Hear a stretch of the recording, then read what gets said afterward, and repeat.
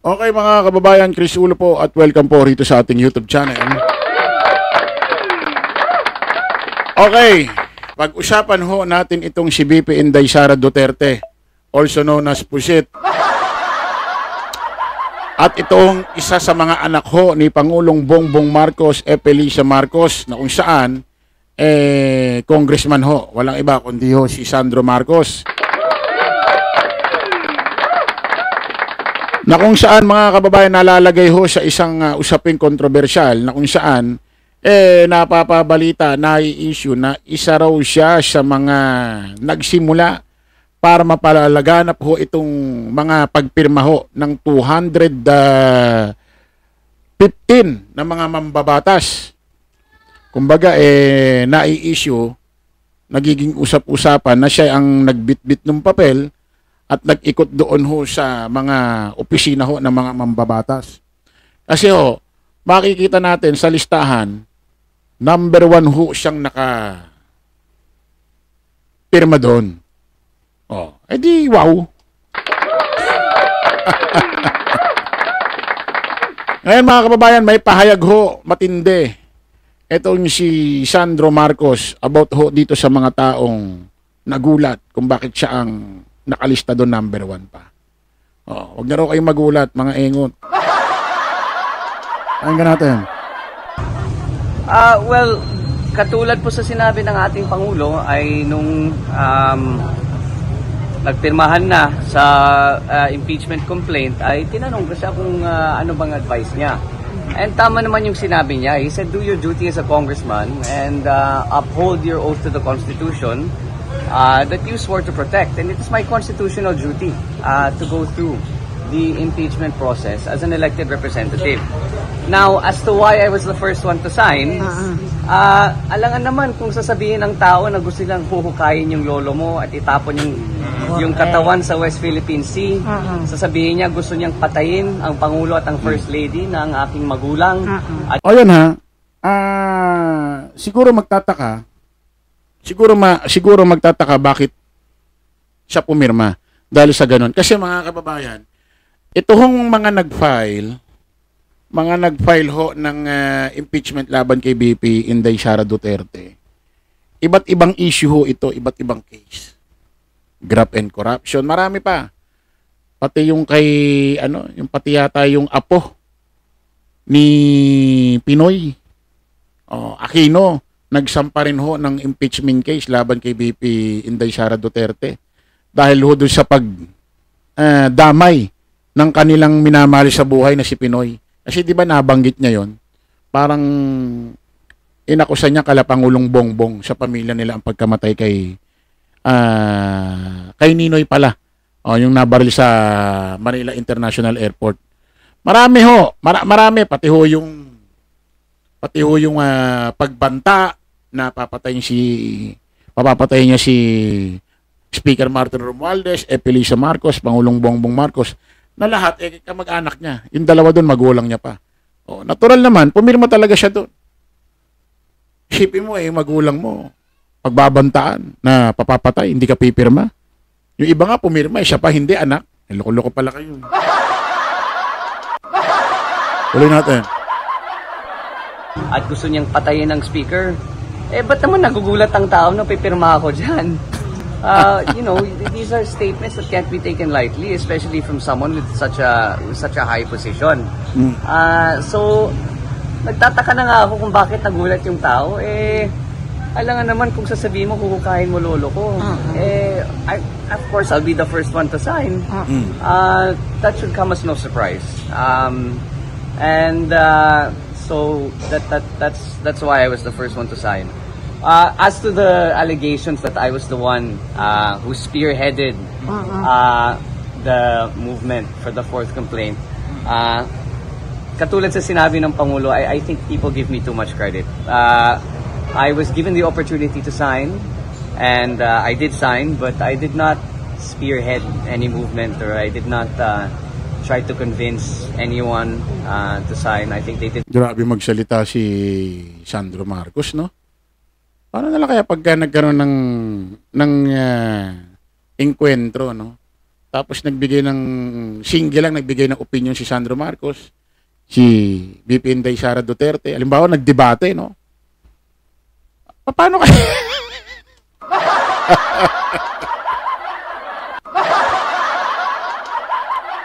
Paano na lang kung magdebate si Sandro Marcos at si VP Inday Sara Duterte sa House of Representatives, no? Yung ganyang klaseng magbitaw ng lengguwahe, kung paano magbigay ng opinion, paano magsalita. Naintindihan kayo ni VP Inday?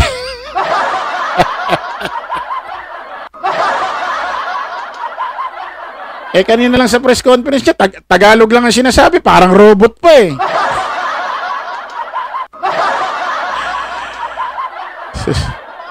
Yung mga DD shit, sinasabihan minsan si Pangulong Bongbong na minsan nauutal dahil siguro mas mula nung lumaki siya, mas gumagamit siya ng English.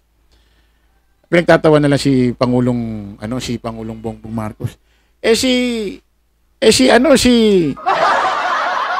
VP Inday Sara, Tagalog na nga lang, parang robot mo magsalita, di niyo tinatawanan. Isipin mo na lang magkaroon ng agrumento, no? Isipin mo lang, imagine natin, no? Magkaroon ng agrumento si Sandro Marcos tsaka si Pusit, si VP Inday Sara Duterte, no? Baka mapanganga na lang si Inday Pusit, no? Kung paano niya kakausapin si Sandro Marcos, baka mapanganga na lang eh. Ha? Ano?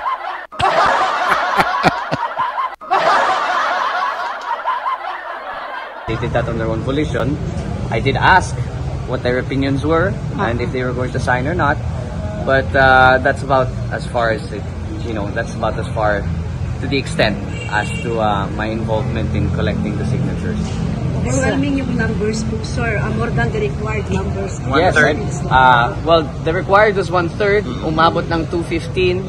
As of today, I heard nasa 245 na tayo. May mga humabol. Pwede pa, sir? Well, they signified their intention, yung mga wala sa bansa, yung mga may sakit. So 215 was within the complaint, but in terms of... Yung iba, kasi ang mga mambabatas daw, lalaki, babae, pag pinagsama-sama, sabihin natin 300. 150 ng pumirma. Siguro, tas may humabol pa, 25 daw eh. So, ibig sabihin kayo iba hindi pumirma, hindi dahil sa ayaw nila. Yung iba siguro nasa ibang lugar, hindi nakapunta doon sa araw na yon. Pero sa isip at kalooban nila, gusto nilang pumirma, sabik na sabik, kilig na kilig. Hindi pala dahil sa ayaw. Oo. Kaya iba dyan, huwag niyo munang purihin. Hindi lang nakapunta, busy. Pero gustong gusto. Baka may hahabol pa doon sa 25 na dumagdag, di ba? Malay niyo, makompleto lahat.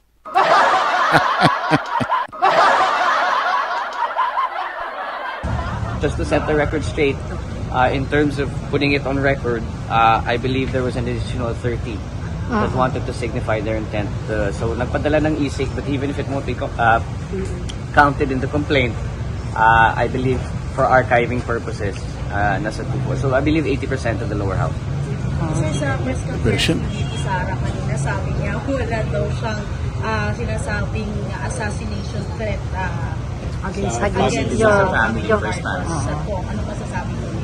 I think we know the truth to that, so let's just leave it at that. Wala raw assassination siya sinabi. Hayaan nyo na, pagpasensyahan nyo na lang. Ha? Sabi nga nung ibang tao, kapag yung tao kausap mo, hindi makaintindi, ikaw na lang ang magpakumbaba. Ha? Kung yung tao raw kausap mo, hindi nakakaintindi, intindihin mo na lang daw yun. Kumbaga sa usapan, hindi maabot ng kausap mo, yung utak mo ibaba mo na lang.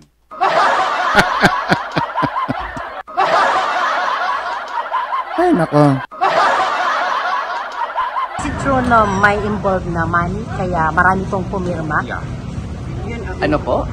Meron din na naibigay na pera dun sa pumirma ng mga congressman? I think that's just part of yung mga fake news ng mga DDS. Parte po yan ng smear campaign nila to discredit the movement. You can't blame them eh. Alam naman natin kung sino ang amo nila. But no, there was nothing off. Mga fake news ng mga DDS. Alam nyo naman kung sino daw yung mga amo nyo. Putik Sandro Marcos, nireal talk mo naman masyado yung mga DD shit. Sino nga ba amo ng mga DD shit? Sino nga ba na may amo ng mga DD shit?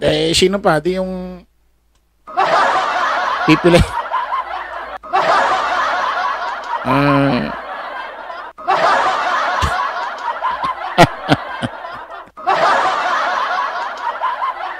Offered in exchange for the signatures. I was there in the room. Pinag-uusapan talaga ang articles of impeachment. And then people were given the choice to sign or not. But whether there was any exchange or any monetary offer or any sinasabi nila may akap or AKX na kapalit, walang ganun. Walang ganun na ibinigay. Yung Senado, sir, parang medyo reluctant sa complaint as of today. I'm sorry? Medyo hindi nila binibigyan pansin yung impeachment. Well, that's their choice. Kung binabaliwala nila ang opinion ng 245 ng mambabatas at ang mga iba't ibang grupo na sa tingin nila kailangan may impeach ang VP, that's their choice. If they don't want to give it importance, then let them not give it importance.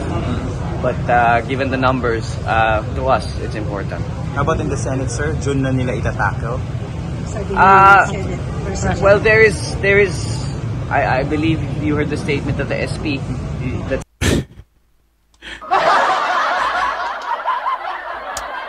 Tinanong ho si Sandro Marcos na ano masasabi kung itatakel daw itong impeachment trial sa June na 2025. Ano kaya sagot ni Sandro Marcos? Maganda yan, para wala na si Bongo at si Bato.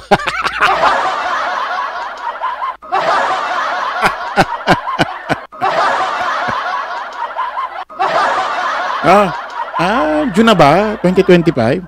Eh di ayos, wala na si Bato, wala na si Bongo, wala na mga panggulo dyan. Maganda yan. Kabawasan din ng bilangan yan.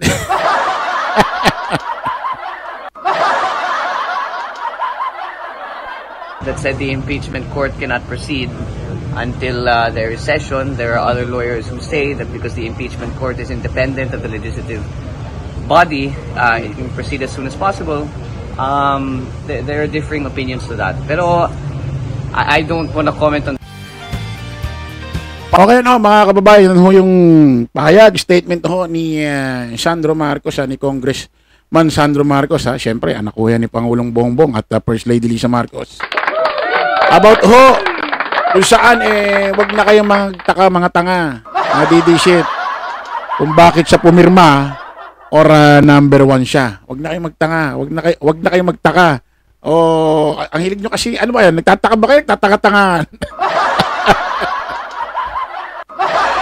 Maraming salamat po mga kababayan. Kita-kita ulit tayo sa panibagong live, panibagong vlog. Paalam po samantala akin yung lingkod, Dos Chris Ulo. Lagi natin tatandaan, pinanganak man tayo ng mahirap, wag naman tayong mamatay na tanga.